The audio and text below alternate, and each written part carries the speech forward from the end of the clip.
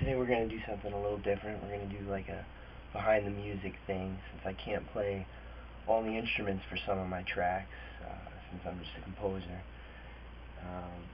At the same time, I can't play all the instruments, what we're going to do is we're going to break down one of my songs.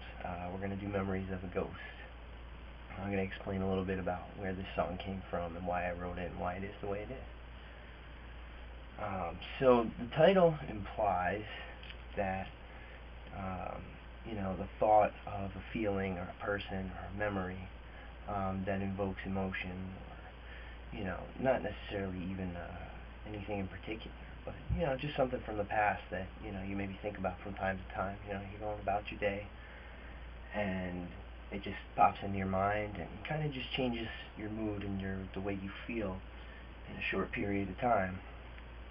And so the beginning of this song is that thought kind of entering your head. You're going about your business, and what happens is, okay, so here's just your normal day, going about your business, and just thinking normal stuff. And what happens is, eventually you get to a point where this thought pops into your head, and that's going to come up here with the feedback. Kind of enters in here. Right, so that's the thought, just entering your head, and now you're thinking about it and you're pondering. Like I said, this ghost could be anything. It could be a feeling, a person, even yourself. The way you change. Now here's it stirring. I threw that little 4/4 time break in there to kind of give it a different balance. Back to the waltz, 1, 2, 3 kind of feel.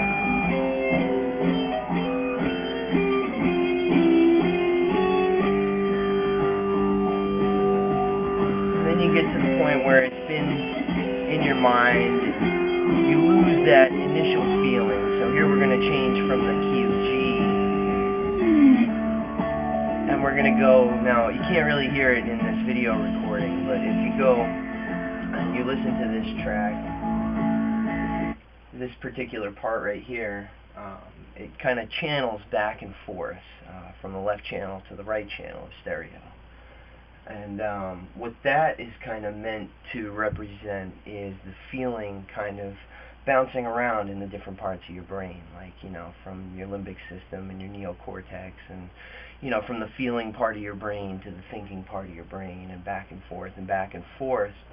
And then finally, after it bounces back and forth enough, you have this incredible release of the emotion. And that's about to come around. One more measure. Here it is.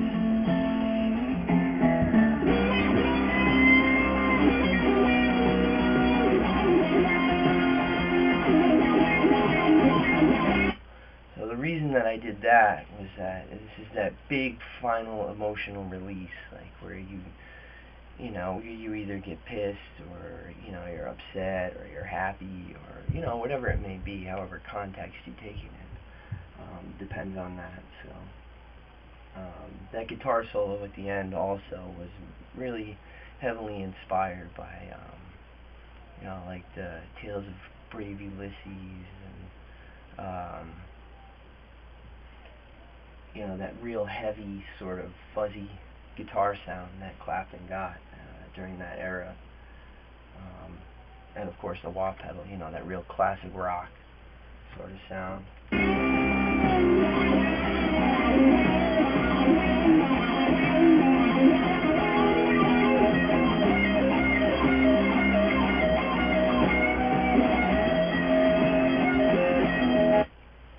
Now the reason I chose the chords that go in the background is because we change again back to not the key of G, but the key of C at the end. Because C has, it's a very commonly used chord, but I used a different sort of progression. I didn't use a natural blues progression for this. I used major chords on all the chords that I played during that section. And I played a C, a B, an F, and an E. which would be the root note, the major seventh, the fourth, and the major third. And that kind of built the guitar solo up a little bit better, I think, rather than using a standard blues progression or something like that to do a blues solo over. I wanted to go with something that had that invoked a little bit more feeling, and that's why I went with the major chords, because those tend to be associated with, not necessarily happy feelings specifically, but just feelings in general and evoking more emotion. And then the blues guitar solo over that, of course, it just kind of emphasized that whole fact.